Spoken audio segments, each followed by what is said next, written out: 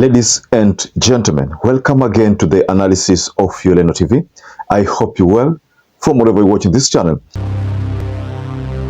Now, Kalonzo Musyoka is making some political moves which, based on what we have seen, is to work with the people of Mount Kenya. Now, I would like to take you to a tweet that Kalonzo Musyoka shared and pictures which he shared while in a church meeting or church gathering in KIAMBU County. First, this is what Kalonzo Musyoka said. Nobody should sell fear to Kenyans. The Constitution of Kenya 2010 has a Bill of Rights with freedoms that cannot be taken away. What are you saying about our national pride when the police attack and kill young Kenyans who are armed with a phone, bottle, and the Kenyan flag? End of quote. That is what Kalonzo Musyoka shared in his X handle. And then he also shared pictures, 4 pictures. One of them is this picture of him. There's a picture of him here, Eugene Wamalwa, Kioni seen there. There's another picture here. We can see Ferdinand Waititu also in the mix. So this is telling us something. One, because we also know that pictures don't lie. These people we have seen among the attendees there at the church session. Point one thing. Kalonzo is trying to marshal those political leaders of Mount Kenya, some of them who lost in elections, so that they can form a formidable force. But is this going to work for Kalonzo Musyoka? I want us to delve into this story further because there are people who have reacted to this. Someone also went to an extent of sharing an old photo where Kalonzo Musyoka was the organizing secretary of KANU back then when he was with Moi. So there's a very explosive story around this. So I want us to go through it, but please, as usual, I'd like to request you to kindly like this video. That is the only way you support our work, and that is the only way you get YouTube to share this content. Subscribe to our channel if you've not subscribed before, and to existing subscribers, thank you so much for your support. There's a time Jeremiah Kioni went publicly and said, since Raila Amolo Odinga is doing everything he can to secure his AUC chair position, and since Uhuru Muigai Kenyatta is not available to lead Azimio, they have chosen Kalonzo Musyoka to be the interim party leader. As Azimio, and as you have witnessed in the recent past, His Excellency Kalonzo Musyoka has continued to lead us while Raila has been out seeking for the leadership of the African Union, and we continue to ask him to guide us as a coalition, even as Raila gets to enter the critical stage of his bid for the AUC. We have been led by our leader here, and we know and we have resolved that he continues leading us. That was a comment that came from Jeremiah Kioni. The same comment was also supported by people like Eugene Wamalwa. That's why you find that in these pictures, Eugene Wamalwa is spotted there, Jeremiah Kioni is spotted there. But you're not seeing Wajakoya here. You're not seeing Mwangi wa Iria here. I didn't spot Mwangi wa Iria in these photos. Just check carefully. Even the photo that Kalonzo shared where he's in the streets in KIAMBU, again, Mwangi wa Iria is not spotted. So that should send you a certain message. A message should pop on your mind.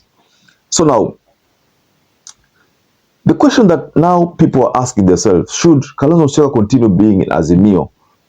First, Azimio was formed by Jubilee and ODM. Azimio. Then Oka, which used to have Kalonzo Musyoka, Wetangula, used to have Mudavadi, Matakarua.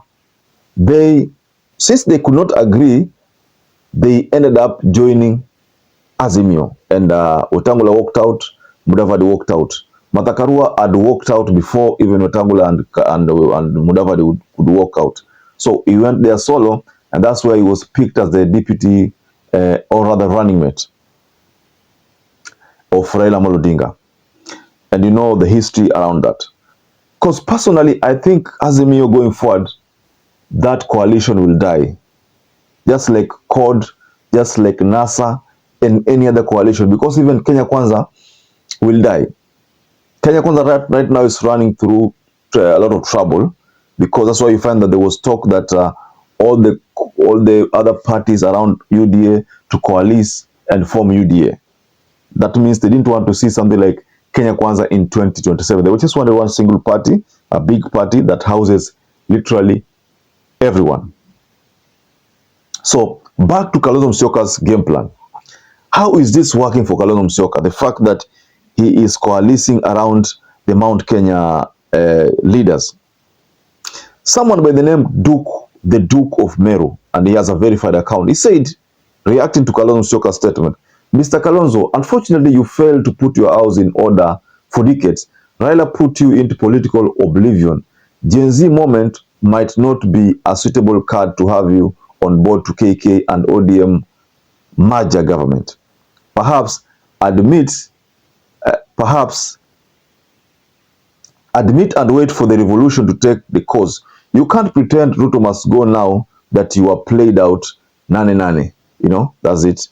So now, again, someone else by the name Ambak shared something. He said, actually in 2007, 2008, people were butchered and you decided to side with the oppressor, then and deciding to frustrate all things. No solution you can't offer, mister. That is a reaction to Kalonzo Musyoka. There are so many reactions. Just stay with me on this. Let me take you through CPA Meshach.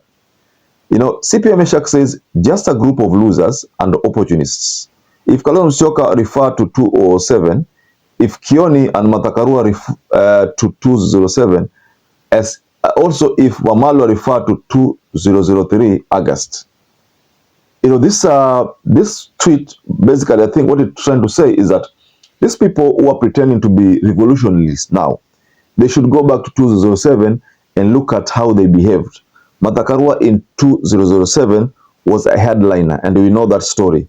That's why she's the person who is blamed to have been a headliner who made Mwai Kibaki made tough decision, a decision that saw so many Kenyans lose their lives.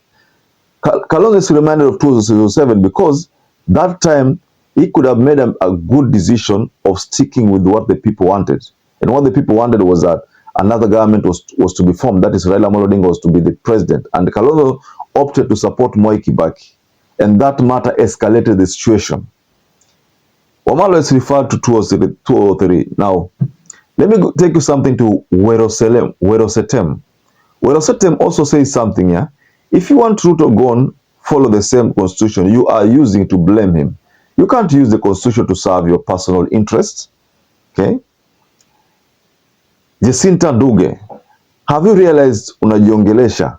You know, there are so many people who have reacted to Kalonzo Musyoka. Let me take you to someone here who has made another reaction which almost shocked me.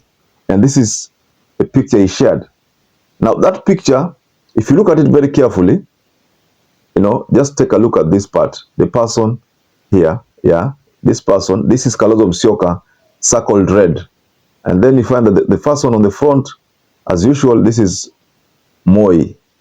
So Moi is here. And this is Kalonzo Musyoka. You can even spot Saitoti here. So this is a team of people who served when Moi was still in power. See? So Alex Brown, the person who shared this photo, says, you were National Organizing Secretary of KANU and Senior Minister during its most oppressive days. This photo was taken 10 years before birth of the first Gen Z. Yeah. That is it, ladies and gentlemen. You know, I don't know, how do I put it to you this way? You know, I said in another analysis, and someone castigated me, but you see, I have every viewer here has a right to castigate me, because I hold my own opinion. I'm responsible for my own opinion. So you have a right to castigate me. But back then I said that the fact that Kalonzo Musyoka is trying to, to pretend to be supporting the Gen Zs now is political. And this reaction which I've read, I've pointed to the same thing that I said back then. It is political. It is just to benefit from these youths who say they are leaderless, they are partyless, they are tribeless. So he's trying to give them like a father figure. He's trying to be a father figure to them. And they are not interested on these people. In fact, if there is anybody they are interested in, was Wamatangi, not Wamatangi, was Matiang'i, and was Okiya Omtata. Those are the leaders that the Gen Z said they can easily resonate with.